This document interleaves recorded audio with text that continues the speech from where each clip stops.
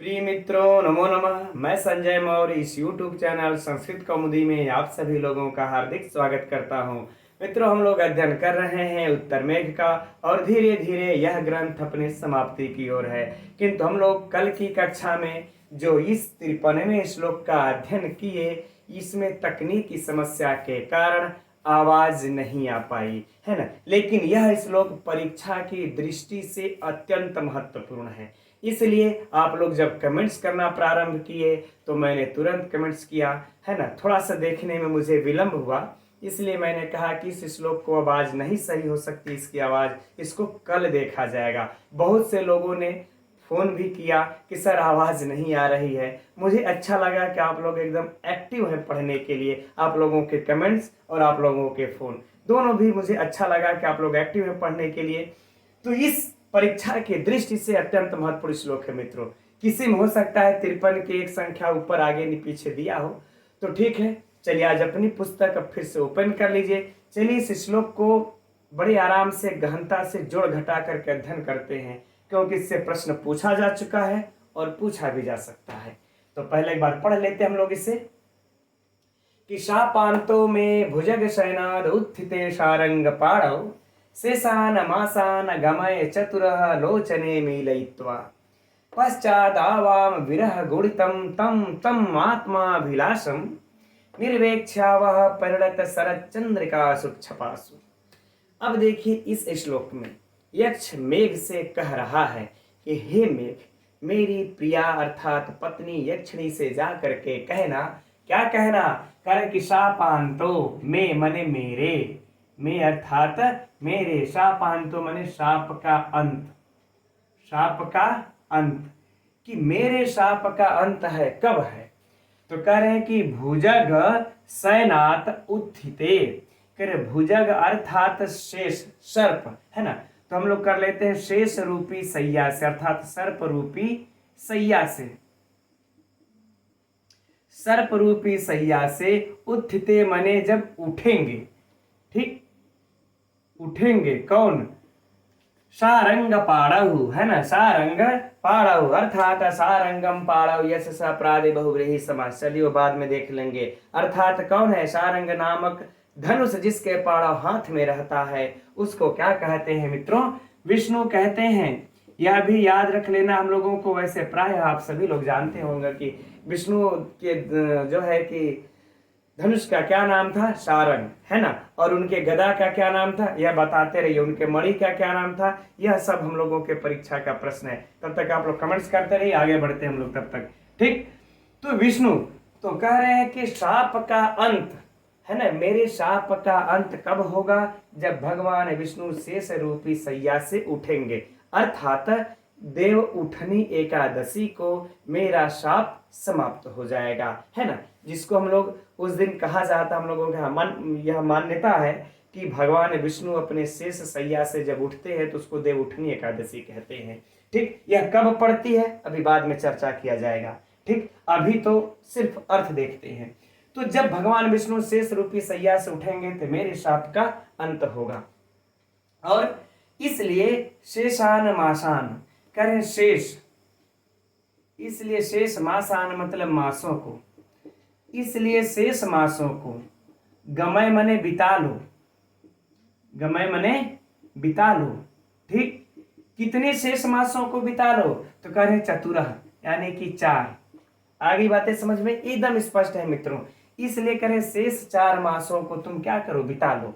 किस प्रकार से बिता लो? लोचने मीलयित्वा, लोचने अर्थात आंख को, है ना। आंख मीलयित्वा मने बंद करके, मूंद करके, बंद करके, ठीक। सोचिए यह लोकोक्ति आज भी हम लोगों के यहाँ प्रसिद्ध है। जब हम लोग किसी दुख में, सुख में नहीं दुख में रहते हैं तो प्रायः हमारे अड़ोसी पड़ोसी दोस्त मित्र रिश्ते नात सभी लोग यही कहते हैं, कोई बात नहीं है, आजकल के लड़का बाहर में है, पढ़ रहा है, इतने ये चुपचाप अपना दुख का दिन है काट लो। जैसे आप लोग भी ये तैयारी कर रहे हैं पढ़ने के लिए, तो कोई बात नहीं, आज दाल भात खा रहे हैं, सब्जी की सुबह में तो नसीब ही नहीं होती, शाम को सिर्फ, यानी जो अच्छे अच्छे व्यंजन होते हैं नसीब नहीं होते, है ना। तो कह रहे कोई बात नहीं, आंख बंद करके आज खा लो, ठीक है, बस कुछ ही दिनों की बात है, एग्जाम होगा, हमारा सिलेक्शन होगा, तो फिर हम लोग 56 भोग का आनंद ले लेंगे। ठीक, वही बात ये कह रहे हैं कि शेष मासों को बिता लो, कितने, 4 है ना, 4 शेष मासों को बिता लो, आंख बंद करके बिता लो। यह प्रश्न भी हो सकता है मित्रों आप लोगों के लिए, परीक्षा के लिए, है ना, कि शेष 4 मासों को यक्षिणी को यक्ष किस प्रकार से बिताने के लिए कहता है ना, मुझे यक्ष को याद करके, गा करके, मैना से बात करके, सारिका से बात करके, या फिर आंख बंद करके शेष 4 मासों को किस प्रकार से बिताने के लिए कहता है यक्षिणी को। तो यह भी नोट कर लीजिएगा कि आंख बंद करके बिताने के लिए कहता है। आंख बंद करके कितने मासों को बिताने के लिए कहता है मित्रों, तो 4 मासों को बिताने के लिए कहता है। एकदम पॉइंट टू पॉइंट क्लियर है। आगे बढ़ते हैं। ठीक, आंख बंद करके 4 महीना बिता लो, उसके बाद कह रहा है कि पश्चात आवाम, पश्चात माने उसके बाद, किसके बाद, तो कह रहे हैं कि इन 4 मासों के बाद, आवाम माने हम दोनों, ठीक, आवाम अर्थात हम दोनों, कह रहे इस 4 मासों को बिता लेने के बाद हम दोनों विरह गुणितम, विरह से गुणितम माने गुणा करके बढ़े हुए, ठीक, सीधे सीधे अर्थ लगा ले हम लोग, विरह से बढ़े हुए, विरह से बढ़े हुए, तम अर्थात उन, है ना, विरह से बढ़े हुए उन आत्माभिलाषम अर्थात मनोरथों को, ठीक, मनोरथों को निर्वेक्षावा माने भोगेंगे, निर्वेक्षावा अर्थात भोगेंगे। तो कह रहे हैं कि विरह से बढ़े हुए उन मनोरथों को भोगेंगे, ठीक है ना। कब, कह रहे ये 4 महीने कहना है मेरी यक्षिणी प्रिया से कि इन 4 महीने किसू आंख बंद करके बिता ले, इसके बाद जब हम आएंगे, हम लोग मिलेंगे, तो विरह से बढ़े हुए जो हमारे मनोरथ हैं, है ना, उन मनोरथों को जो हम लोग कल्पना करते हैं, मनोरथ का तात्पर्य मित्रों समझिए, जो हम लोग यह मेरे चाहत है, मेरी जो कल्पना हम लोग करते हैं कि मिलने पर इस प्रकार से हम लोग एक दूसरे के दुखों को शेयर करेंगे, एक दूसरे से बैठ करके बातें करेंगे, गले मिलेंगे, रोएंगे, गाएंगे, चाहे जो कुछ करेंगे, उन मनोरथों को हम लोग भोगेंगे। ठीक, अब कहते हैं, क्योंकि देखिए मनोरथ क्या है, विरह से उनके बढ़ गए हैं पहले, है ना। अब विरह की भी चर्चा बहुत कुछ है मित्रों इसमें, लेकिन उसको रहने देते हैं। अब कह रहे हैं कहाँ भोगेंगे, कब भोगेंगे, तो कह रहे हैं कि परिणत शरत चंद्रिकासु छपासु, है ना, कह रहे हैं छपासु अर्थात रात्रि में, कहाँ, रात्रि में भोगेंगे। और कौन सी रात्रि में भोगेंगे, तो कह रहे हैं परिणत अर्थात पूर्ण, किससे पूर्ण, तो शरद, है ना, तो कह रहे हैं कि शरद अर्थात शरद की पूर्ण यहां पर हो गया चांदनी कर लेते हैं, शरद की पूर्ण चांदनी रात्रि में, है ना, शरद की पूर्ण चांदनी रात्रि में हम लोग उस मनोरथों को भोगेंगे। ठीक, आगे बातें समझ में, है ना। अब एक बार संपूर्ण अर्थ को देख लेते हैं, बाकी प्रश्नों की महत्वपूर्ण वाली चर्चा होगी। कह रहे हैं कि हे मेघ, कहना मेरी प्रिया से कि मेरे शाप का अंत शेष रूपी सैया से जब भगवान विष्णु उठेंगे तब हो जाएगा, है ना। शेष, इसलिए शेष 4 मासों को तुम आंख बंद करके बिता लो। ठीक, इसके बाद हम दोनों विरह से बढ़े हुए उन मनोरथों को, है ना, शरद की पूर्ण चांदनी रात्रि में भोगेंगे। राइट, अब चलते हैं हम लोग आगे बढ़ते प्रश्न पर, है ना। तो पहले से प्रश्न देखिए, यह तो पूछा जा चुका है कि यक्ष का मेघ कब समाप्त होता है ना। हम लोग एक सुर में कह देते हैं कि देवोत्थान कह लें और चाहे देव उठनी एकादशी, है ना, या फिर कब कह लें देव उठनी एकादशी, देव उठनी एकादशी को। यह तो प्रश्न मित्रों पूछा जा चुका है परीक्षा में, है ना, कि यक्ष का शाप कब समाप्त होता है, तो देव उठनी एकादशी को। ठीक, अब और जो प्रश्न बनते हैं क्या पूछे जा सकते हैं, उस पर दृष्टि डालते हैं कि देव उठनी एकादशी कब होती है, देव उठनी एकादशी कब पड़ती है? ऑप्शन दे देगा, है ना, कि कार्तिक शुक्ल एकादशी, श्रावण शुक्ल एकादशी, आषाढ़ की पूर्णिमा को, कि आषाढ़ की अमावस्या को कब पड़ती है ना। तो इसके लिए एकदम नोट कर लीजिए मित्रों, कार्तिक शुक्ल एकादशी, है ना, यहां पर लिख देते हैं कार्तिक शुक्ल एकादशी। यह हो सकता है प्रश्न अब पूछा जाए आप लोगों से, क्योंकि यही प्रश्न तो रिपीट नहीं न करेगा, कई बार पूछेगा कि यक्ष का शाप कब समाप्त होता है, कितनी बार पूछेगा, है ना, एक बार पूछ, 2 बार पूछ चुका है। तो अब देव उठनी एकादशी कब पड़ती है? कार्तिक शुक्ल एकादशी को यह देव उठनी एकादशी पड़ती है, एकदम नोट कर लीजिएगा। अगला प्रश्न अब होगा कि भगवान विष्णु कब उठते हैं? अपनी शेष शैया से भगवान विष्णु कब उठते हैं? तो कार्तिक शुक्ल एकादशी को उठते हैं। कार्तिक शुक्ल एकादशी को कौन उठता है? विष्णु शंकर महेश, है ना। तो कौन उठते हैं? विष्णु उठते हैं, विष्णु शंकर ब्रह्मा अर्थात, तो विष्णु उठते हैं। चलिए, ये वाली पंक्ति क्लियर हो गई कि भगवान विष्णु ही कार्तिक शुक्ल एकादशी को उठते हैं और इसी दिन यक्ष का शाप समाप्त हुआ था। अब इसके बाद हम लोग, अब प्रश्न तो यह भी उठता है कि जब वह भगवान विष्णु कार्तिक शुक्ल एकादशी को उठते हैं तो सोते कब है ना। सोते हैं तभी तो उठते हैं ना, तो सोने वाला का तो चर्चा इसमें है नहीं, तो इसको अब आप लोग अलग से नोट कर लीजिए कि यह सोते कब है ना। तो आषाढ़ शुक्ल एकादशी को सोते हैं, ठीक। यहां पर चलिए इसको हम नोट कर दे रहे हैं, आषाढ़ शुक्ल एकादशी को, इसको नोट कर लीजिएगा, आषाढ़ शुक्ल एकादशी, है ना। मैंने पुस्तक में देखा है, दूसरे उसमें लिखा हुआ है कि आषाढ़ शुक्ल एकादशी को क्या करते हैं? भगवान विष्णु सोते हैं, ठीक। और तब का सोए सोए कब उठते हैं? करें कार्तिक शुक्ल एकादशी को उठते हैं, ठीक। तो यह हो सकता है कि प्रश्न पूछा जाए, यह भी महत्वपूर्ण पॉइंट है मित्रों, एकदम नोट कर लीजिए। अब सुनिए, अब इसके बाद इस पंक्ति में चलते हैं और कुछ समीक्षा करते हैं कि शेष 4 मासों को बिता लो, है ना, आंख बंद करके, यह कहता है शेष 4 मास को। अब यहाँ पर हम लोगों को समीक्षा यह करनी है।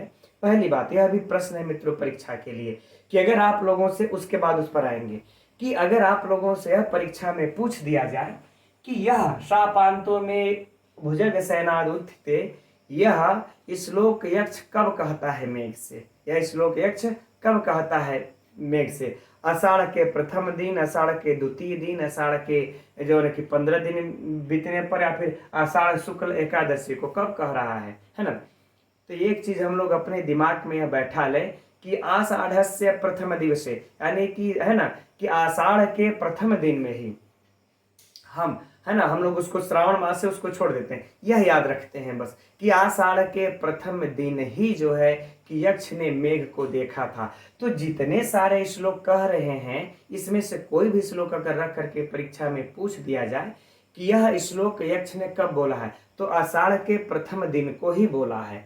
तो जब आषाढ़ के प्रथम दिन को ही बोला है, तो आषाढ़ के प्रथम दिन ही वह कह देता है, अर्थात कि शेष 4 मास ही बीते हुए, अरे शेष 4 मास ही बचे हुए हैं।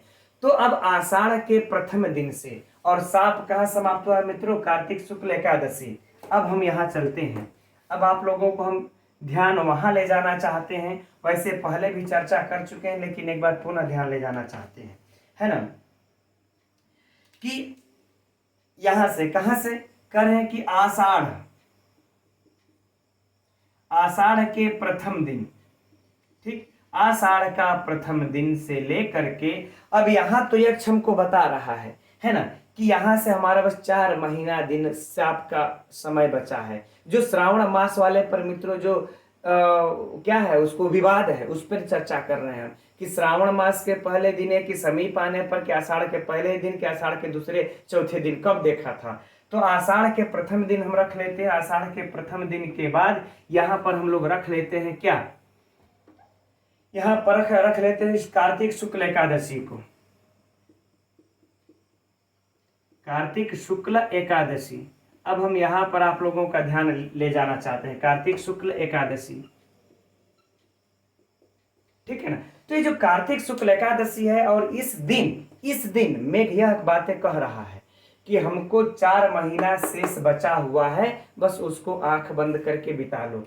तो जब हम आषाढ़ से प्रथम दिन से लेकर के कार्तिक शुक्ल एकादशी तक करते हैं, तो जो बीच में दूरी बचती है मित्रों, यह 4 माह 10 दिन की होती है। क्योंकि आषाढ़ के प्रथम दिन से लेकर के कार्तिक शुक्ल एकादशी जो आती है वह 4 माह 10 दिन की आती है। वह बीच में जो गैपिंग है, कितने दिनों का अंतराल है? 4 माह 10 दिन का। तब यहाँ पर यह प्रश्न उठ जाता है कि फिर यह कैसे कह दिया मेघ आषाढ़ के प्रथम दिन की ही जब बात है, तो फिर यह कैसे कह दिया कि शेष मासों को बिता लो, 4 मासों को बिता लो। इसका मतलब कि ये 10 दिन इधर से हम घटा देंगे, अर्थात अर्थ यह निकला कि आषाढ़ के प्रथम दिन नहीं बल्कि श्रावण के समीप आने पर, यानी कि आषाढ़ के 2-4 दिन बीतने पर उसने देखा था। ऐसा लोग विवाद उठाते हैं, लेकिन मित्रों यह बातें बिल्कुल भी नहीं है। वह आषाढ़ के प्रथम दिन ही मेघ को देखा था, है ना, आषाढ़ के प्रथम दिन ही मेघ को देखा था। और ये भी सत्य है कि कार्तिक शुक्ल एकादशी को ही उसका शापांत होगा। तो बीच में 4 माह 10 दिन बच होते हैं, तो फिर यह 4 मास क्यों कह रहे हैं? इसका निदान क्या है? तो इसका निदान मित्रों यह है, थोड़ी सी अब हम लोग चलते हैं क्षत्रिणो यान्ति पर। एक आप लोग अजहर लक्षणा के बारे में भी जानते होंगे, है ना। लक्षणा अजहर लक्षणा अगर दर्शन का अध्ययन किए होंगे आप लोग, पीजीटी की तैयारी कर रहे होंगे, तो वहां पर आया हुआ है यह बातें, ठीक। तो जब हम लोग क्षत्रियो यान्ति अगर कह दें कि छाताधारी जा रहे हैं, है ना, आ रहे हैं, तो छाताधारी आ रहे हैं जा रहे हैं कह देंगे, तो मान लेते हैं 100 लोग उसमें से छाताधारी हैं, उसमें से कुछ अल्प लोग बिना छाता वाले भी हैं, है ना, बारिश का समय बिना छाता वाले भी हैं। तो जब बिना छाता वाले भी हैं, तो बहुसंख्यक में वो अल्पसंख्यक का क्या हो जाता है, वह उनका जो है कि अजह लक्षणा के द्वारा समावेश हो जाता है। ठीक, किसके द्वारा समावेश हो जाता है? अजह लक्षणा के द्वारा। एकदम यहाँ पर बल्कि हम नोट कर देते हैं, अजह लक्षणा। ठीक, इस अजह लक्षणा के द्वारा, है ना, वो क्षत्रियो यान्ति बहुत छाताधारी में जो अल्पसंख्यक छाताधारी होते हैं उनका क्या होता है? समावेश हो जाता है। तो इसी प्रकार से यहाँ पर जो 4 माह इन्होंने कहा है, इस 4 माह में बाकी जो शेष 10 दिन है उस अजह लक्षणा के द्वारा इस 10 दिन का समावेश होकर के हम मोटी मोटा में 4 माह मान लेते हैं। ठीक, तो हम मोटा मोटी में जब यह 4 माह मान लेंगे, इस 10 दिन का इस 4 माह में अजह लक्षणा के द्वारा समावेश हो जाएगा, तो यहाँ सीधे सीधे 4 माह से ही बचेगा। आगे बातें समझ में? ठीक, तब इससे जब 4 माह से ही बचेगा, तब हमारा यह आषाढ़ के प्रथम दिन ही यक्ष ने मेघ को देखा था, यह उक्ति हमारी एकदम सत्य हो जाएगी। नहीं तो कुछ लोग जो विद्वान लोग होते हैं अपनी जिद पे अड़ जाते, नहीं, जब 4 माह है तो 10 दिन इधर घटाइए, आषाढ़ के 10 दिन के बाद यक्ष ने मेघ को देखा था, क्योंकि शापांत यहाँ हो रहा है। राइट, चलिए अब प्रश्न की चर्चा कर लेते हैं। ये तो बात थोड़ी सी गहराई की हो गई, जहां पर हम लोगों को ध्यान ले जाना चाहिए। अब इसमें हो जाएगा कि यक्ष के कितने शेष मास कितने दिनों को व्यतीत करना रह गया है। अगर मान लेते हैं मित्रों, अगर परीक्षा में 4 की जगह पर क्या दे दिया ऑप्शन में, ठीक है ना, कि इस तरह से ये दे दिया कि 3 माह 10 दिन, 4 माह 10 दिन, या फिर 4 माह, या फिर 3 माह 20 दिन दे दिया, ठीक है ना, या फिर 3 माह 20 दिन दे दिया, या फिर इस तरह से दे दे 4 माह 5 दिन। इस तरह से अगर मित्रों ऑप्शन दे तो आप लोगों को, इसलिए मेरे पीछे यह कहने का उद्देश्य यही है, क्योंकि यह गहराई इस पे बड़ा विस्तृत विद्वानों ने चर्चा करके यह 4 माह 10 दिन निकाला है। तो हो सकता है परीक्षा में पूछने का चांसेस बनता है ना कि इस तरीके का ऑप्शन दे दे।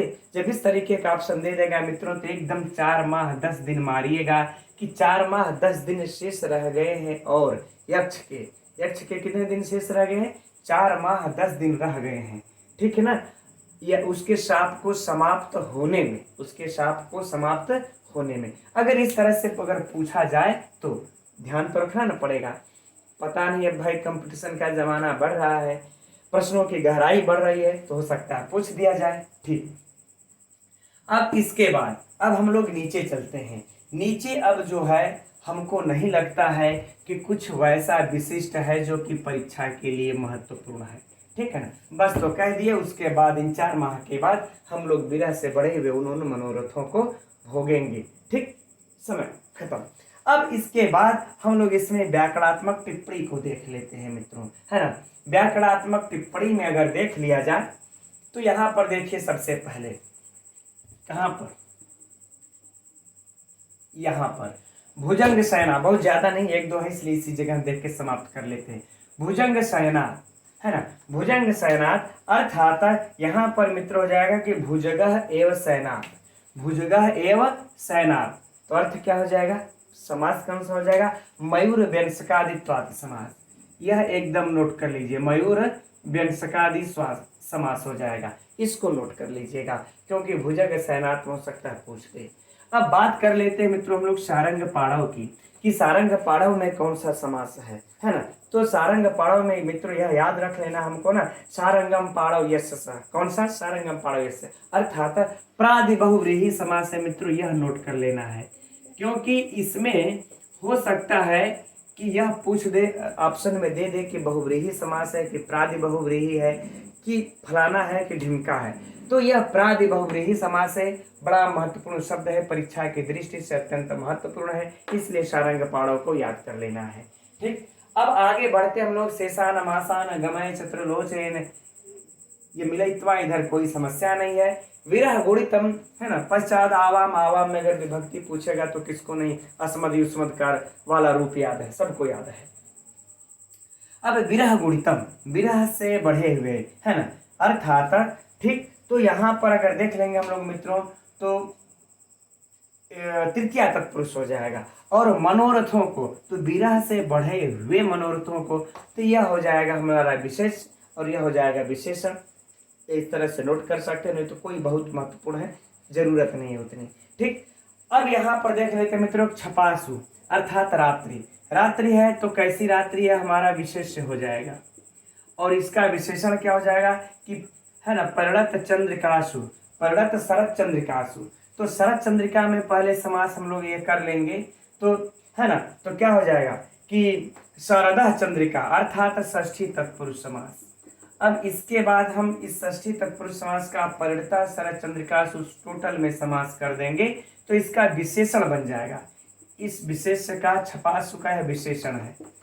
वैसे इस श्लोक में इतना इधर ये सब पूछने के लिए है कि शायद विशेष विशेषण न पूछे, लेकिन थोड़ा सा इसकी अपेक्षा महत्वपूर्ण है, तो इसको नोट कर लीजिए। ठीक, तो हम समझते हैं मित्रों इसमें, अच्छा इधर रह गया निर्वेक्षाव, ये रह गया, क्योंकि यह धातु में है तो यह निर्विष लिट है ना, इसको नोट कर लीजिए, निर धन विष।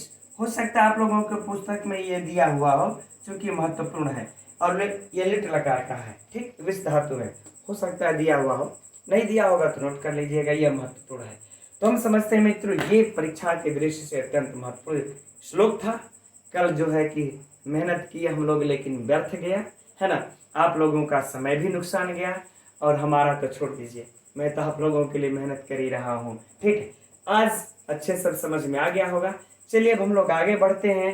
54वां श्लोक मित्रों जो है ना, भूय चाह तो हमको नहीं लगता है महत्वपूर्ण है। ठीक है, तो हमारे विचार से इस श्लोक को भी छोड़ देते हैं, वहीं सपने में देखने आलिंगन करने की बात है, हटा देते हैं। ठीक, लेकिन 55वां श्लोक महत्वपूर्ण है, उससे शुक्ति आती है, इसलिए उसको देखते हैं।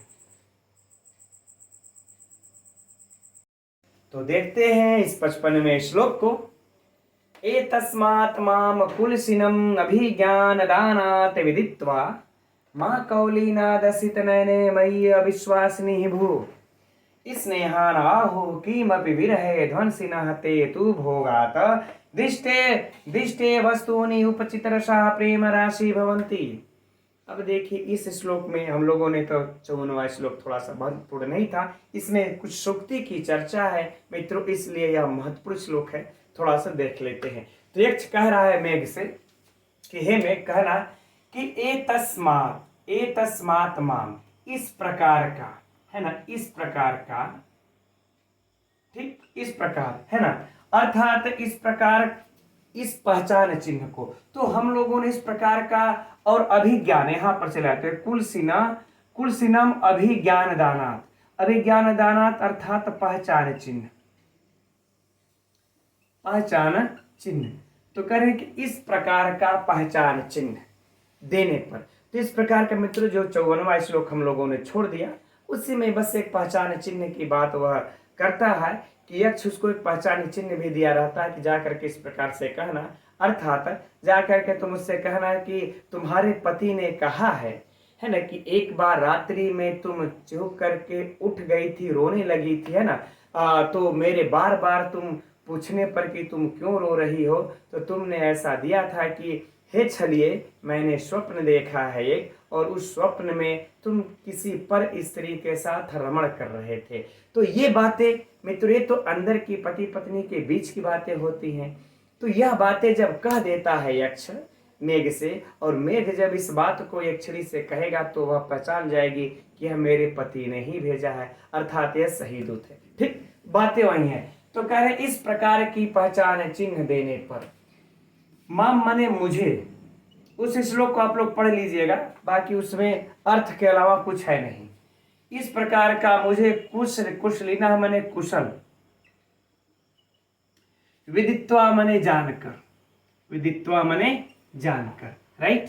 तो क्या हो गया कि इस प्रकार का पहचान चिन्ह देने पर मुझे, या देने से मुझे कुशल जान करके, माँ कौलीनाद असित नयने, असित नयने अर्थात संबोधन है, असित नयने अर्थात काली आंख वाली, है ना, काली आंखों वाली, यह महत्वपूर्ण है, इसको नोट कर लेना है ना, काली आंखों वाली। तो हे काली आंखों वाली, है ना, माँ मने मत, और भू मने हो, मत हो, ठीक, थोड़ा सा भू वहां दिया है तो मत हो। तो हे काली आंखों वाली मत होना, क्या मत होना, तो कह रहे कौली नाद अर्थात अपवाद, है ना, लोकापवाद कह ले, और चाहे कह रहे कि लोगों की बातों से, ठीक है ना, लोकापवाद कह लेते हैं,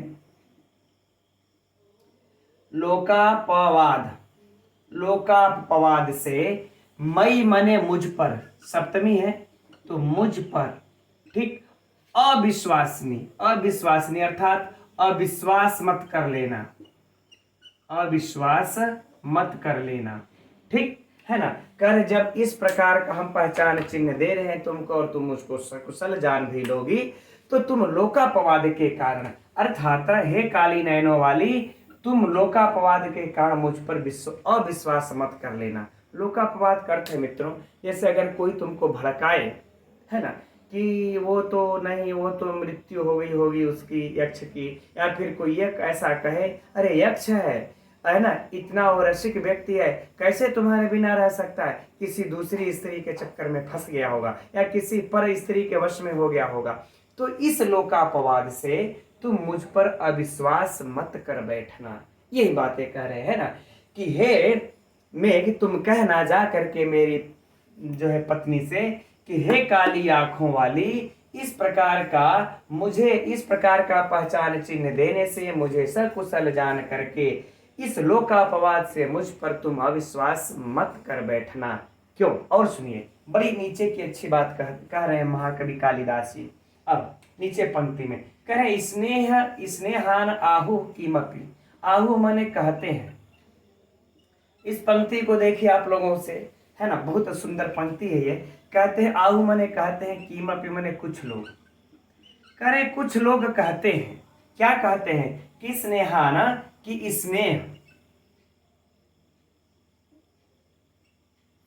कुछ लोग कहते हैं कि स्नेह विरह माने विरह में, विरह में, है ना, स्नेह अर्थात प्रेम, विरह में ध्वंसिना माने नष्ट हो जाता है, नष्ट हो जाता है। देखिए अब यक्ष कह रहा है मेघ से कि हे मेघ, तुम कहा ना, देखो इसलिए बात कह रहे हैं, तुम कह देना कि कुछ लोग कहते हैं, ऐसा कुछ लोग कहते हैं कि प्रेम जो है विरह में नष्ट हो जाता है, नष्ट हो जाता है वियोग में। हम यहाँ 7 समुंदर पार, हम रामगिरी, तो वहाँ तो ऐसा ना हो कि वियोग हो जाता है। तो कुछ लोग कहते हैं अरे जब आदमी दूर हो जाता है ना, तो लगाव अपने आप खत्म हो जाता है, प्रेम अपने आप नष्ट हो जाता है, ऐसा कुछ लोग कहते हैं। लेकिन मेरी बातें सुनो, ते तू भोगात, ते मतलब स्नेह से, है ना, इस स्नेह से, इस प्रेम से, इस स्नेह से क्या होगा कि तू माने किंतु, तू, तू भोगा, अभोगात कर देंगे, तू अभोगात होगा, भोगात नहीं, तू अभोगात, तो अ का वह हो गया, है ना। तो तू कह रहे तू माने किंतु, अब यहाँ पर संधि आप लोग स्पष्ट देख सकते हैं, तू अभोगात, किंतु अभोगात माने भोग न करने से, भोग न करने से। अब अर्थ हो जाएगा कि किंतु, यहां से देखिए, किंतु इस स्नेह का भोग न करने से, स्पष्ट हो गया। ते मने स्नेह का, तू मने किंतु, अभोगात मने भोग न करने से। किंतु मेरा मानना है, यक्ष कह रहा है, मेरा मानना है कि स्नेह का भोग न करने से, स्नेह का भोग न करने से क्या होता है, कह रहे कि न भोगात, न भोगात दृष्टे, है ना, करे न भोगात दृष्टे वस्तुनि उपचित रसा, है ना, उपचित रसा, ठीक। तो कह रहे कि इष्टे, यहां पर जब हम लोग कर देंगे भोगात इष्टे, तो इष्टे अर्थात मित्रों क्या हो जाएगा, अभिलषित, है ना, अर्थात कह रहे कि अभिलषित अर्थात इच्छित, करे इच्छित वस्तुनि अर्थात वस्तुओं का, इच्छित वस्तुओं का, जब इच्छित वस्तुओं का भोग आप नहीं कर पाते हैं, करें उपचित रसा अर्थात बढ़े हुए, बढ़े हुए रस वाला होकर के, बढ़े हुए रस वाला होकर, ठीक, इसका ये अर्थ लगा लेंगे, उपचित रसा अर्थात बढ़े हुए रस वाला होकर के, प्रेम राशि भवंती, कर प्रेम राशि, प्रेम पुंज बन जाता है, प्रेम पुंज बन जाता है अर्थात प्रेम का समूह बन जाता है। आगे बातें समझ में, हम समझ रहे हैं कि आप लोगों का बागी हो। इसके कहने का तात्पर्य, इन दोनों पंक्तियों को बस भाव समझते हैं मित्रों हम लोग, कि यक्ष कह रहा है कि देखो, कुछ लोग कहते हैं कि जब वियोग हो जाता है तो अब प्रेम क्या हो जाता है, नष्ट हो जाता है, किंतु सुनो क्या होता है उसमें, कि किंतु मेरा मानना है कि स्नेह, स्नेह का भोग न करने से, किसका, इच्छित वस्तुओं का, अगर हम इच्छित वस्तुओं का, स्नेह का, उसका भोग न करें तो वह मेरा अंदर से रस, मेरा उसके भोग के प्रति लगाव वो बढ़ता जाता है, बढ़ता जाता है, और एक प्रेम पुंज बन जाता है। बातें मित्रों सही बात है, कालिदास इतने बड़े कवि हैं, बिल्कुल व्यवहारिकता वाली बात सही लिख रहे हैं। दो बातें हो सकती हैं, एक बात तो यह भी हो सकती है कि हम किसी वस्तु से दूर रहें तो धीरे धीरे मेरा उससे लगाव ही नष्ट हो जाए, लेकिन एक बात यह भी हो सकती है कि अब वह उसका हम उपभोग नहीं कर पा रहे हैं तो वह धीरे धीरे बढ़ता बढ़ता मेरे अंदर एक प्रेम पुंज बन जाए, मेरे अंदर, आपके अंदर, आप सभी, मतलब हर मानव के अंदर यह प्रेम पुंज बन जाए कि मिलने पर किस प्रकार से हम लोग उसका उपभोग ये करेंगे, ये इच्छित वस्तु के प्रति उपभोग का एक प्रेम समूह बन जाए। तो दोनों बातें हो सकती हैं, ठीक। लेकिन यहाँ पर यक्ष पर ये पहली बातें लागू नहीं हो रही है ना, कि विरह में उसका प्रेम नष्ट हो जा रहा है। यह दूसरी बातें यक्ष के ऊपर लागू हो रही है कि इच्छित वस्तुओं का उपभोग नहीं करने पर बढ़े हुए रस वाला प्रेम पुंज बन जाता है, ठीक। अब एक बार संपूर्ण अर्थ को देख करके तब आगे बढ़ते हैं मित्रों हम लोग। संपूर्ण अर्थ क्या हो जाएगा, कह रहा है यक्ष मेघ से कि हे मेघ, जा करके कहना कि मुझे इस प्रकार से पहचान चिन्ह के द्वारा मुझे सकुशल जान करके, हे काली आंखों वाली, इस लोकापवाद से, लोकापवाद के कारण मुझ पर अविश्वास मत कर बैठना, क्योंकि सुनो, कुछ लोग कहते हैं कि विरह में प्रेम नष्ट हो जाता है ना। अब इस प्रकार से तुम भी समझोगे कि मेरा प्रेम नष्ट हो गया, ऐसी बातें नहीं है ना। किंतु मेरा मानना है कि भोग के न करने से, जो इच्छित वस्तुओं से, है ना, इच्छित वस्तुओं का भोग न करने से बढ़े हुए रस वाला होकर के प्रेम पुंज बन जाता है। आगे बातें समझ में, चलिए अब हम लोग इसमें देखिए मित्रों, जो सबसे सही बात है वह परीक्षा के लिए महत्वपूर्ण है, वह निचली वाली पंक्ति क्या है, सुक्ति, ठीक। और यह ऐसी सुक्ति है, इसलिए मैं आप लोगों को इसको पढ़ाया, इस पे दृष्टि डालना चाहा। 54वें श्लोक को मैंने स्किप किया, अर्थात हम लोग उसको, है ना, कूद करके आगे आ गए, ठीक है, क्योंकि उसमें सिर्फ अर्थ था, बाकी कुछ था नहीं, है ना। यह सुक्ति है, अर्थांतर न्यास अलंकार है, अर्थांतर न्यास अलंकार है। और यह सुक्ति ऐसी है कि अगर यहाँ पर से पूछ दे कि अभोगात इष्टे वस्तूनि उपचित रसा, तब फिर यहाँ पर हम लोग कंफ्यूज हो जाएंगे कि यार ये पंक्ति तो हमने पढ़ी ही नहीं थी, क्योंकि यह बहुत ज़्यादा हम लोग इसको अध्ययन नहीं कर पाए हैं। बस एक दो बार हम समझते हैं, अध्ययन सब लोगों ने किया होगा। तो ये महत्वपूर्ण श्लोक है, ठीक। और बाकी यह दे दिया जाए, मान लेते हैं अगर पहचान चिन्ह की, भले ही हम लोगों ने 54वां श्लोक नहीं पढ़ा, लेकिन चर्चा थोड़ी सी कर लेते हैं। अगर दे दिया जाए कि उसने जो है कि पहचान चिन्ह क्या दिया था, मेघ को यक्ष ने पहचान चिन्ह क्या दिया था, तो क्या दिया था उसने, यही दिया था ना पहचान चिन्ह, कि तुम एक बार रात्रि में क्या की थी, स्वप्न देख करके रोने लगी थी, ठीक है। अभी तो चर्चा हुई, वही उसका पहचान चिन्ह था। और बाकी ये वाली बातें महत्वपूर्ण है यहाँ पर कि असित नयने, यह जो आया है यह किसके लिए आया है। याद रहे मित्रों, यह असित नयने किसका है विशेषण, उस यक्षिणी का विशेषण है, राइट।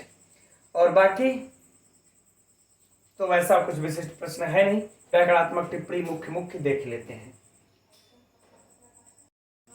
तो इधर देखिए, हमें तो कोई महत्वपूर्ण नजर नहीं आ रहा है ना, बस महत्वपूर्ण को ही देख लेते हैं।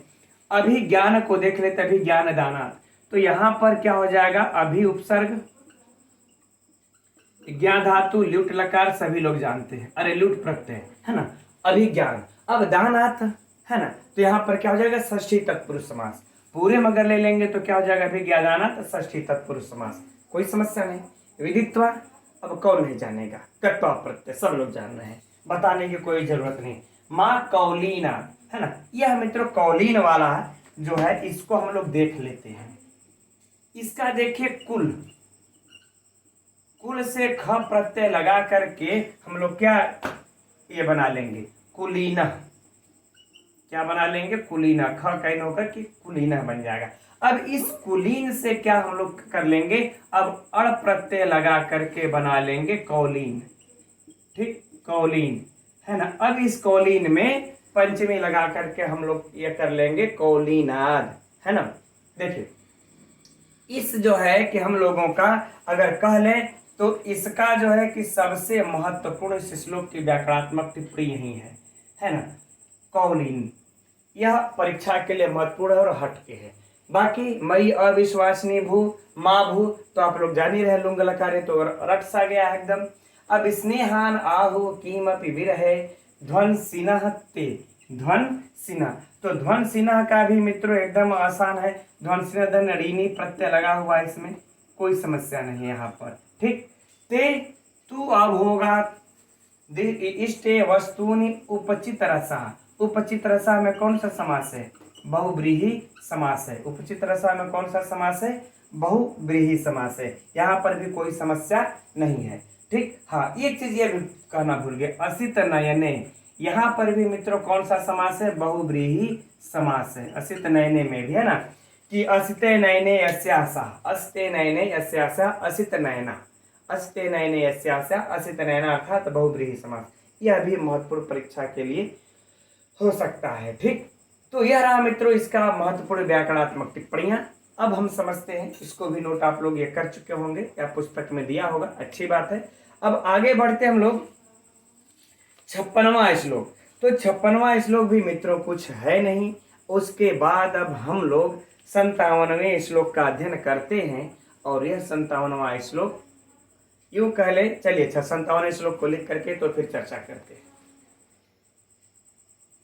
पहले हम लोग इस 56वें श्लोक को देख लेते हैं, तत्पश्चात 57वें श्लोक को देखेंगे, क्योंकि जो कहानी की धारा प्रवाहिता के लिए इस श्लोक को देखना आवश्यक है, ठीक। वैसे उतना अगर देखा जाए तो विशिष्ट श्लोक नहीं है परीक्षा की दृष्टि से, इसलिए फटाफट देख लेते हैं इसको। तो एक बार पढ़ लिया जाए। आश्वस्य एवं प्रथम विरहोदग्र शोकाम सखीं ते शैलादाशु त्रिनयन वृषोत्खात कूटात निवृत्तः साभिज्ञान प्रहित कुशलहि तदवचोभिमम अपि प्रातः कुंद प्रसव शिथिलम जीवितम धारयेथा। तो इस श्लोक में देखिए, अब मेघ ने सारे अपने संदेशों को समाप्त कर चुका है। किसमें, अभी जो हम लोगों ने 55वां श्लोक देखा उसमें उसका संदेश समाप्त हो जाता है। अब इसमें 56वें श्लोक में अब अपनी प्रेमिका का भी समाचार लाने के लिए प्रार्थना कर रहा है। भाई मेरा तो समाचार दे देना, हमारे समाचारों से उसके प्राणों की तो रक्षा हो जाएगी, लेकिन अब मेरे भी तो प्राणों की रक्षा तुमको करनी होगी, तो उसका समाचार लेकर के आना तो मेरे भी प्राणों की रक्षा हो जाएगी। स्पष्ट हो गया कि मेरे समाचार से उसके प्राणों की रक्षा करना और फिर उसके समाचारों को ले आना तो मेरे प्राणों की रक्षा हो जाएगी। तो देखते हैं इसके हम लोग अर्थ को। कह रहे हैं कि हे मेघ आश्वस्य एवं, एवं आश्वस्य माने इस प्रकार, एवं माने इस प्रकार, इस प्रकार से, आश्वस्त माने आश्वस्त है ना, या विश्वास कह ले, आश्वस्त माने बल्कि विश्वास कह ले, विश्वास ये दिलाकर या आश्वस्त रखकर, है ना। करें इस प्रकार से विश्वास दिलाकर या आश्वस्त रख करके, ठीक। चलिए किसको, तो कह रहे हैं कि प्रथम विरह विरहोदग्र शोका, कह रहे प्रथम विरह, कह रहे प्रथम विरह से, प्रथम विरह के, अब कह रहे हैं कि अग्र शोकाम, अग्र का यहाँ पर मित्रों अर्थ हो जाएगा अगला, अर्थात अत्यधिक, है ना। प्रथम विरह के अत्यधिक, प्रथम विरह के अत्यधिक शोकाम माने शोक से, शोक से दुखी, है ना। प्रथम विरह के करे अत्यंत दुखी या शोक से, या शोक को ही अर्थ हम ले लेंगे कि प्रथम विरह से अत्यधिक दुखी, बल्कि कर लेते हो सही रहेगा, शोकाम अर्थात दुखी, है ना। करे प्रथम विरह के अत्यधिक दुखी, सखी माने सखी को, और सखी को, ते माने तुम्हारे, अर्थात अर्थ क्या ले लेंगे अपने, ठीक। तो कह रहे हैं कि प्रथम विरह के अत्यधिक दुखी अपने सखी को इस प्रकार विश्वास दिला करके, अर्थात कह रहे हैं कि ढाढ़स बधा करके, या फिर ढाढ़स ये बधा करके, थोड़ा सा होश पोछ हो गया, पुनः देख लेते हैं, है ना। करे आश्वस्य एवं इस प्रकार से विश्वास दिलाकर, ढाढ़स बधाकर, तो किसको, तो करें सखीम ते, अपने सखी को, किस प्रकार के अपने सखी को, तो करें उस सखी को, अर्थात उस यक्षिणी को जो कि प्रथम विरह के कारण अत्यधिक दुखी है, जो कि प्रथम विरह के कारण अत्यधिक दुखी है, उस सखी को ढाढ़स बधा करके, विश्वास दिला करके, है ना। करें सैलाद आशु, सैलाद माने पर्वत से, पर्वत से, आशु अर्थात शीघ्र, करे उस पर्वत से शीघ्र, त्रिनयन वृषोत्खात कूटात निवृत्त, निवृत्त माने लौटना, निवृत्त माने लौटना, अर्थात उस पर्वत से शीघ्र लौटना। किस पर्वत से, तो कह रहे हैं कि त्रिनयन अर्थात भगवान शंकर, अर्थात भगवान शंकर का, वृष माने बैल, भगवान शंकर का बैल, उत्खात माने उखाड़ दिया, है ना, उखाड़ दिया है, उत्खात कूटात यानी उखाड़ दिया है, अर्थात किससे, या खोदी गई, कूटात माने चोटी वाले, बल्कि उत्खात का अर्थ ले लेंगे खोदी गई चोटी वाले, चोटी वाले। तो कैलाश पर्वत पर भगवान शंकर का जो बैल है अपने सिंहों से उसकी चोटी को खोद दिया था, तो उस खोदी गई चोटी वाले शंकर बैल के द्वारा खोदी गई चोटी वाले उस कैलाश पर्वत से शीघ्र लौटना। आगे बातें समझें, पुनः इन दो पंक्तियों का अर्थ पहले देख लेते हैं हम लोग।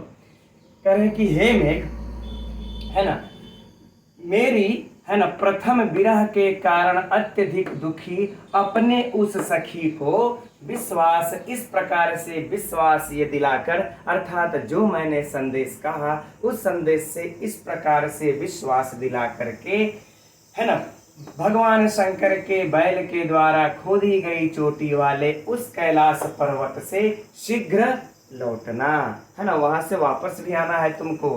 और कह रहे हैं लौटना तो किसके साथ लौटना, तो कह रहे कि साभिज्ञान प्रहित कुशलही, है ना, विसर्ग लग जाएगा यहाँ पर। करे साभिज्ञान अर्थात पहचान, अर्थात पहचान, है ना, पहचान चिन्ह, पहचान चिन्ह के साथ प्रहित मने भेजे गए। प्रहित अर्थात भेजे गए। जैसे मैंने तुमको पहचान चिन्ह दिया था ना अपने संदेश में, जो रात्रि में रोने वाली घटना को स्वप्न को देख करके, उसी प्रकार से उससे भी कुछ पहचान चिन्ह लेते आना। नहीं तो क्या भरोसा तुमने किसी और को सुना दिया और कोई और तुमको इस तरीके से कह दिया, तुम संदेश लेकर के आ गए। तो उसके द्वारा भी कुछ पहचान चिन्ह के द्वारा भेजे गए। कुशल ही अर्थात कुशल तद वचनों भी, यानी कि वचनों के द्वारा, कुशल वचनों के द्वारा मम अपि, मम मने मेरा भी और अपि मने भी, करे मेरे भी, मम मने मेरे भी, क्या करे मेरे भी, जीवितम मने प्राणों की, जीवितम अर्थात प्राणों की, और धारेथा मने स्थिर करना, अर्थात अर्थ लगाएंगे रक्षा करना। आगे बातें समझ में। कर जब वहां से तुम शीघ्र लौटोगे तो क्या करना, पहचान चिन्ह के साथ भेजे गए, है ना, कुशल तद वचो भी, उस कुशल वचनों के द्वारा मेरे भी, जो मेरी प्रिया, जो मेरी अक्षरी, जो कुशल वचन भेजेगी पहचान चिन्ह के साथ, उन वचनों को आकर के मुझे सुना करके मेरे भी प्राणों की रक्षा करना। और मेरे किस प्रकार के प्राणों की रक्षा करना, तो अब विशेषण बता रहे हैं। देखिए कि प्रातः कुंद प्रसव शिथिलम, स्पष्ट हो गया कि प्रातः, है ना, कुंद पुष्प के समान शिथिल, है ना, कुंद पुष्प के समान, प्रातः कुंद पुष्प के समान शिथिलम अर्थात शिथिल। ठीक, कि प्रातः कुंद पुष्प के समान शिथिल मेरे प्राणों की रक्षा करना, है ना। उधर भी जाकर के संदेश देना है, वहां का संदेश लेकर के मुझ तक भी आना है। ठीक, तो आइए फिर से संपूर्ण अर्थ को एक बार देख लेते हैं। यक्ष कह रहा है मेघ से कि हे मेघ, प्रथम विरह के कारण अत्यधिक दुखी अपने उस सखी को, अर्थात यक्षणी को, इस प्रकार से, अर्थात मेरे संदेशों के द्वारा जो मैंने तुमको संदेश दिया, इस प्रकार के संदेश से विश्वास दिलाकर, ढांढस बधा करके उस भगवान शंकर के बैल के द्वारा खोदी गई उस कैलाश पर्वत के चोटी से शीघ्र ही क्या करना, लौटना। और लौटते वक्त क्या करना कि पहचान चिन्ह के द्वारा भेजे गए कुशल वचनों के द्वारा मेरी प्रिया के, है ना, मेरी प्रिया के पहचान चिन्ह द्वारा भेजे गए कुशल वचनों के द्वारा मेरे भी प्रातः कुंद पुष्प के समान शिथिल प्राणों की रक्षा करना। ठीक, तो यह देखिए, अब वहां से समाचार लाने की प्रार्थना हो गई, तब एक सीक्वेंस बन गया। अब हम लोगों को आसानी से 57वां श्लोक समझ में आ जाएगा। लेकिन अब इस श्लोक में देखा जाए तो यह क्या कह रहा है इसमें, जैसे कि कुछ विशेष विशेषण को देख लेते हैं, कुछ अलंकार को देख लेते हैं, है ना। तो कह रहे प्रथम विरह के से अत्यधिक दुखी कौन है, यह सखी है। ठीक, तो यह क्या हो जाएगा, विशेष, और यह क्या हो जाएगा, विशेषण। ठीक, प्रथम विरह के शोक से अत्यधिक दुखी कौन है, सखी, तो विशेष विशेषण हो गया। अब इसमें समास भी हो जाएगा तो बहुव्रीहि समास हो जाएगा, कोई समस्या नहीं। अब इसके बाद अगर देखा जाए यहां पर तो कुंद पुष्प के समान, है ना, कुंद पुष्प के समान मेरे, कुंद पुष्प के समान मेरे प्राणों की रक्षा करना। तो कुंद पुष्प के समान मित्रों यहाँ पर देखिए एकदम स्पष्ट रूप में उपमा अलंकार है। कौन सा अलंकार है, उपमा अलंकार। ठीक, और बाकी यह एक विशेष विशेषण हम लोगों को और प्राप्त हो जाता है यहाँ पर कि त्रिनयन वृषोत्खात कुटात, तो शंकर के बैल के द्वारा खोदी गई चोटी वाला कौन है, यह सहलाद अर्थात पर्वत है। तो यह क्या हो जाएगा, विशेष, राइट। और बाकी मित्रों इसमें इस श्लोक में वैसा कुछ विशिष्ट नहीं है जो कि परीक्षा में पूछे, अतः अब एक सीक्वेंस बन गया। अब हम लोग आगे बढ़ते हैं 57वें श्लोक की तरफ। तो अब देखते हैं आगे इस 57वें श्लोक को। कच्चित सौम्य व्यवसितम इदम बंधु कृत्यम त्वया में प्रत्यादेशात न खलु भवतो धीरताम कल्पयामि निःशब्दोऽपि प्रदिशसि जलम याचितश्चात् केभ्यः प्रयुक्तम ही प्रणयसु सताम इप्सितार्थ क्रियैव। अब देखिए इस श्लोक में यक्ष यह कल्पना कर रहा है कि मेघ ने मेरी प्रार्थना को स्वीकार कर लिया है। अर्थात मेघ, यक्ष ने जो अब तक मेघ से प्रार्थना की कि मेरे संदेश को वहां ले जाइए और वहां से मेरी प्रिया अर्थात यक्षिणी के पहचान चिन्हों के साथ उधर से संदेश को ले आइए, ठीक इस प्रार्थना को अब वह कल्पना कर रहा है कि मेघ ने स्वीकार कर लिया है।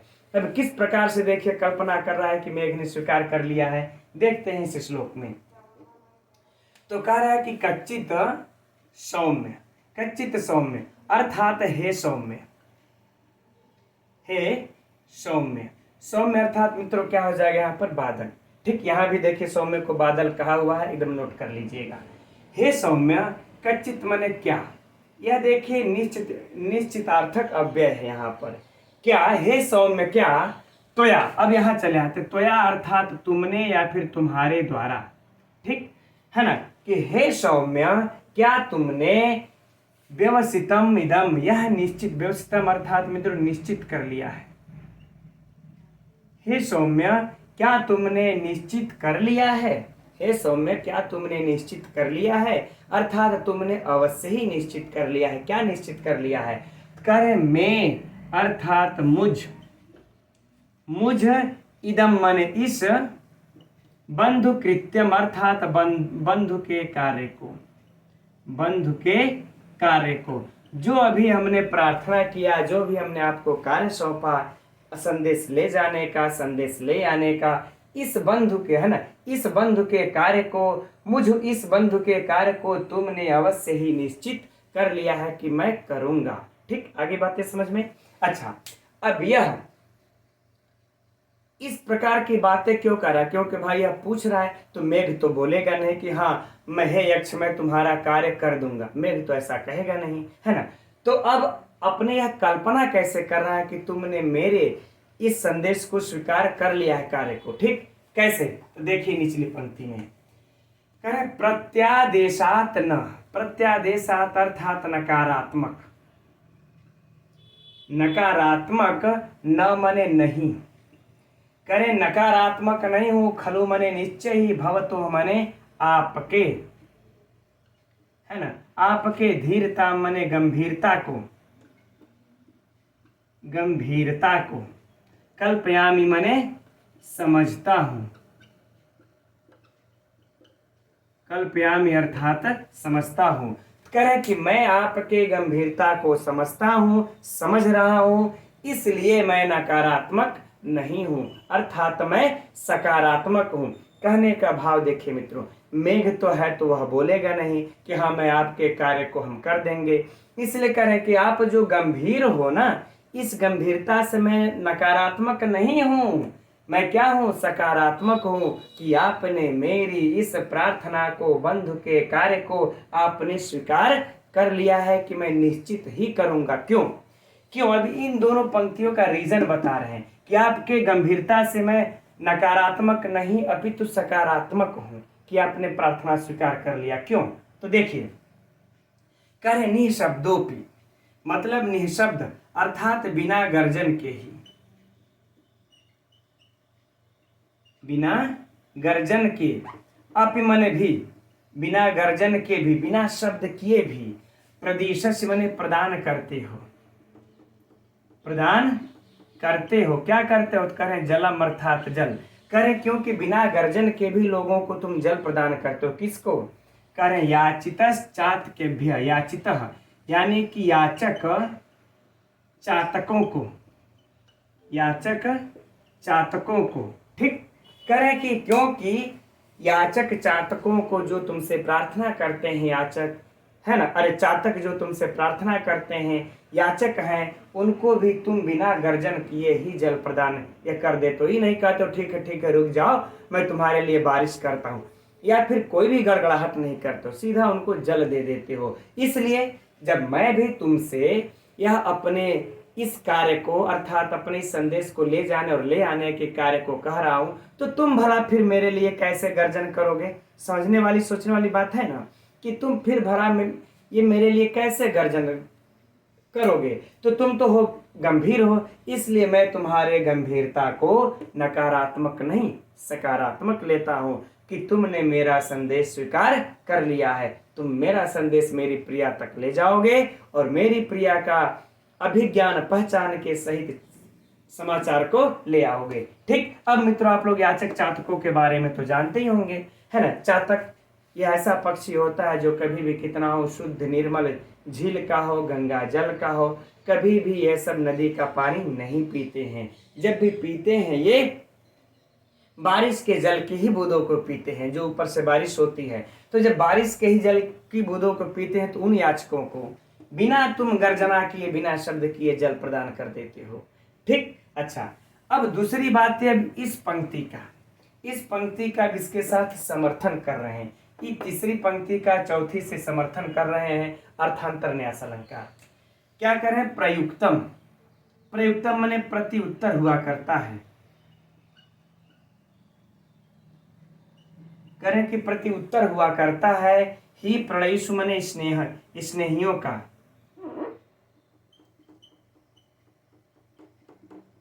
स्नेहियों के, है ना, करें प्रति उत्तर हुआ करता है स्नेहियों के, अर्थात स्नेहियों के, सताम माने सज्जनों का इप्सितार्थ क्रिय, यानी कि अभिष्ट कार्य को पूर्ण करके, अभिष्ट कार्य को पूर्ण करना, है ना। इप्सितार्थ यानी अभिष्ट कार्य को क्रिया अर्थात पूर्ण करना ही सज्जनों का क्या होता है? प्रत्युत्तर हुआ करता है। फिर से इस पंक्ति को समझिए, क्योंकि हे मेघ सुनो, सज्जनों का, है ना, सज्जनों का स्नेहियों के अभिष्ट कार्य को पूर्ण करना ही उनका प्रत्युत्तर हुआ करता है। आगे बातें समझ में? ठीक, इसलिए तुम भी ठहरे सज्जन, तुम्हारा भी जो कार्य होगा वो कार्य करके ही उसका तुम प्रत्युत्तर दोगे। जैसे मान लेते मित्रों, हम आप लोग सज्जन हैं, आपके पास हम गए, हमने कहा कि मुझे भूख लगी, मुझे भोजन दे, चाहे मुझे आवश्यकता है रुपये के रुपये दीजिए, 100 रुपये। तो आप ये नहीं कहेंगे कि ठीक है हम तुमको रुपए दे दे रहे हैं, ठीक है हम तुमको भोजन ये दे दे रहे हैं। जो सज्जन होते सीधे जाएंगे, रुपये ला करके आपके हाथ पे ये रख देंगे, चाहे आपको थाली में ला करके भोजन ये दे देंगे। सज्जनों का ऐसा ही प्रत्युत्तर हुआ करता है। तो तुम भी ठहरे सज्जन, अर्थात मेरे कार्य को कर देना ही तुम्हारा प्रत्युत्तर होगा। इस प्रकार से हाँ या ना कहना जरूरी नहीं है। बातें समझ गए होंगे। अब संपूर्ण अर्थ को एक बार ये पुनः देख लेते हम लोग कि यक्ष कह रहा है मेघ से, हे सौम्य, क्या तुमने मुझ बंधु के इस कार्य को करने का निश्चित कर लिया है ना? ठीक, यह जब पूछ रहा है यक्ष तो मेघ मौन है, मेघ तो बोलेगा नहीं, मेघ मौन है, गंभीर है। तब अब कल्पना किया यक्ष, है ना, कि मैं आपके इस गंभीरता को समझता हूं और मैं आपके इस गंभीरता को नकारात्मक में नहीं ले रहा हूं, सकारात्मक में ले रहा हूं, अर्थात आपने मेरे कार्य को स्वीकार कर लिया है, अवश्य पूर्ण ये करेंगे। क्यों?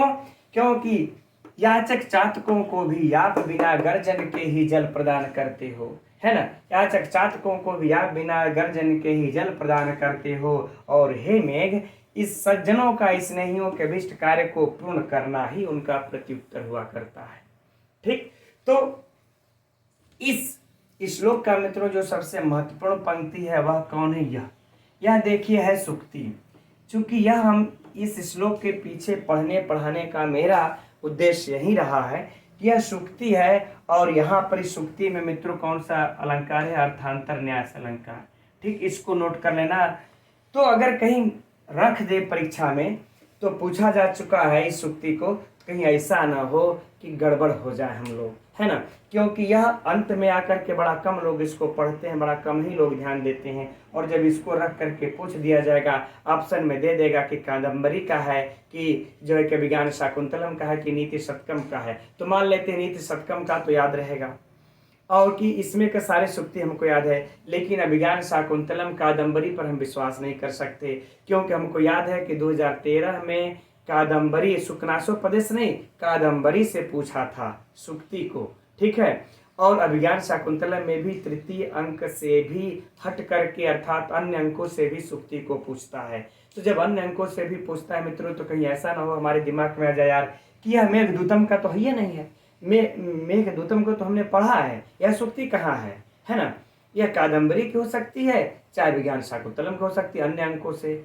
ऐसी बातें नहीं है मित्रों, इसको एकदम नोट कर लीजिए कि प्रयुक्तम ही प्रणय सुसताम ईप्सितार्थ क्रिया व, यह किसकी सूक्ति है, मेघदूतम की है।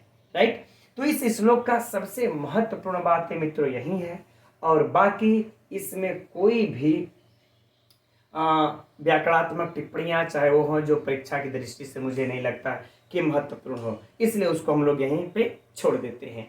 अब बात करते हैं मित्रों हम लोग, अब इसके आगे चलते हैं, इसके आगे चलते हैं, वह मिलता हम लोगों को 58वां श्लोक। ठीक, 58वां श्लोक आप लोग पुस्तक में देख सकते हैं, जो कि दिया हुआ है, एतत् कृत्वा, ये प्रियम अनुचित प्रार्थना है ना, ये वाले श्लोक में। इसमें परीक्षा की दृष्टि से कोई भी विशिष्ट ऐसा प्रश्न नहीं बनता है जो कि पढ़ा जाए महत्वपूर्ण हो। ठीक, इसलिए बस इतना भी हम लोग समझ लें कि 58वें श्लोक में यक्ष मेघ से प्रार्थना करता है कि मुझ का तो मेरा तो उस पत्नी से वियोग हो गया यक्षिणी से, लेकिन तुम्हारी पत्नी जो भार्या है उससे तुम्हारा कभी वियोग न हो। तो यह उसको आशीर्वाद प्रदान करता है। ठीक, अगर आप लोगों से परीक्षा के लिए प्रश्न मान लेते हैं, पूछ दिया जाए कि मेघ को यक्ष कौन सा आशीर्वाद प्रदान करता है, तो इस श्लोक से 58वां, जो कि अभी हमने यहाँ पर लिखा नहीं है, बस यहीं पर कह करके अध्ययन कर लेते हैं। अगर आप लोगों से यह पूछ दिया जाए कि कौन सा यह आशीर्वाद देता है, तो सीधा सीधा कहिए कि कभी भी तुम्हारे पत्नी से तुम्हारा जो है कि वियोग न हो, बिछोह न हो, अलगाव न हो। ऑप्शन में मान लेते रह करके ऐसा भी दे सकता है कि तुम जल से परिपूर्ण हो जाओ, तुम गति से परिपूर्ण हो जाओ, तुम बलवान हो जाओ, तुम्हारा कभी पत्नी से वियोग न हो। तो यही सही उत्तर हो जाएगा कि पत्नी से वियोग न हो। यह कौन आशीर्वाद देता है, यक्ष देता है। किसको देता है, मेघ को देता है। आगे बातें समझ में। अब ठीक, इसको ये नोट कर लीजिएगा, बाकी 58वां श्लोक को ये पढ़ लीजिएगा, और बाकी इस श्लोक में ऐसा कुछ नहीं है और आगे जिसको कि परीक्षा के दृष्टि से महत्वपूर्ण हो।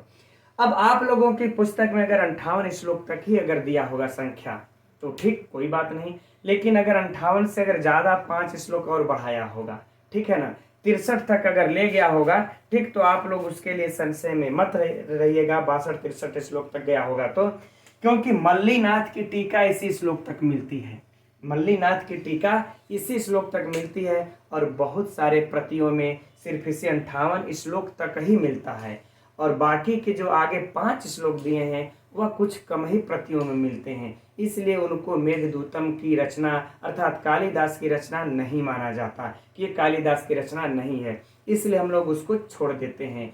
बस यहीं तक, इसको 58 श्लोक तक ही अध्ययन कर लेते हैं। लेकिन उन 5 श्लोकों का जो सार है, उनके सार को और उनसे जो प्रश्न बनता है, एक प्रश्न को मैंने सोचा है उसको सुन लेते हैं। ठीक, उस 5 श्लोकों का सार यह है मित्रों कि जो यक्ष है वह अपनी मेघ जो है उन नदियों, पहाड़ों को, पर्वतों को पार करते हुए उस अलकापुरी में पहुंचता है, और फिर यक्षिणी को भूमि पर शयन करते हुए देखता है, और फिर उससे जा करके सारे संदेशों को, जो यक्ष ने सारा संदेश कहा था, उसको जा करके उस यक्षिणी से कहता है, और यक्षिणी से कहता है, यक्षिणी प्रसन्न होती है, और साथ ही इस मतलब वो दिव्य वाणी में कहता है, और इस वाणी को, इस संदेश को वह क्या बोलते हैं उसको, कुबेर भी सुन लेता है, और कुबेर जब सुन लेता है तो उसके यक्ष के शाप को वहीं समाप्त कर देता है। ठीक, और यक्ष अपने यहाँ अपने अलकापुरी को लौट आता है, और फिर यक्ष को और यक्षिणी को भोगने के लिए उन सुखों को, उन मनोरथों को जिसकी इन्होंने कल्पना की थी, उन भोगों को खूब भोगवाता है उन दोनों से, तुम लोग खूब भोग कर लो। ठीक, तो ऐसा हम लोगों को आगे के 5 श्लोकों में कहानी मिलती है, और मेघदूतम की कहानी समाप्त हो जाती है। ठीक, अब यहाँ पर इस कहानी से मित्रों हम लोगों के एक प्रश्न निकल कर आता है कि अगर आप लोगों से परीक्षा में यह पूछ दिया जाए कि मेघ ने, 1-2 प्रश्न तो बनते हैं। एक तो अगर यह पूछा जाएगा कि मेघ को कितने महीनों का शाप प्राप्त था, तो 12 महीनों का, और मेघ ने कितने महीने शाप भोगे, तो यह मित्रों एकदम नोट कर लीजिए, 8 माह। मेघ ने कितने महीने शाप भोगे, 8 माह, क्योंकि 8 माह के बीत जाने पर ही वो मेघ को देखता है, और मेघ को जाकर के वहां जाकर जैसे मेघ संदेश कहता है यक्ष सुनता है और इसके शाप को समाप्त यह कर देता है। तो यक्ष ने कितना भोगा? सिर्फ 8 माह। तो 8 माह से तो ज्यादा नहीं ना, क्योंकि 4 माह तो कैंसिल हो गया, उसका रद्द कर दिया गया श्राप। ठीक, तो 8 माह को ही भोगता है। तो यह दोनों विशिष्ट अंतर कर लेना है। कितना शाप प्राप्त था? 12 माह। कितना भोगा? 8 माह। ठीक, तो अब इतने इसी के साथ ही मित्रों हम लोगों का अब यह उत्तर मेघ ग्रंथ आज हम लोगों का समाप्त हो गया। और यूँ कह लें कि उत्तर मेघ हम लोगों का मैराथन क्लास चल रहा था काफ़ी दिनों से, और आप लोगों ने सभी कक्षाओं का अध्ययन किया और इसके लिए आप लोगों ने बहुत अच्छे अच्छे कमेंट्स भी किए, मेरे उत्साह को भी बढ़ाए। ठीक, इसके लिए आप सभी लोगों को बहुत बहुत धन्यवाद। और अब हम लोग इस मेघदूतम से यद्यपि भी बहुत प्रश्नोत्तरी करने के लिए रह गई है, लेकिन कोशिश मैं करता हूँ और प्रश्न टाइप हो जाते हैं। तो कल हम लोग इसकी प्रश्नोत्तरी किया जाएगा रात्रि में 9 या 9:30 बजे के लगभग, और फिर परसों संडे को छुट्टी रहेगी, रविवार को। और इसके बाद सोमवार को कोई नया ग्रंथ, जैसे कि हमारे कुछ भाई बहन ज़्यादातर कह रहे थे किरातार्जुनीयम, तो चाहे किरातार्जुनीयम चाहे जो आप लोग कहेंगे वह उस ग्रंथ को प्रारंभ किया जाएगा। ठीक है, तब हम लोग कल मिलेंगे अब इसके प्रश्नोत्तरी के साथ, और उसके बाद मिलेंगे एक नए ग्रंथ की प्रारंभ के साथ। तब तक के लिए मित्रों, नमो नमः।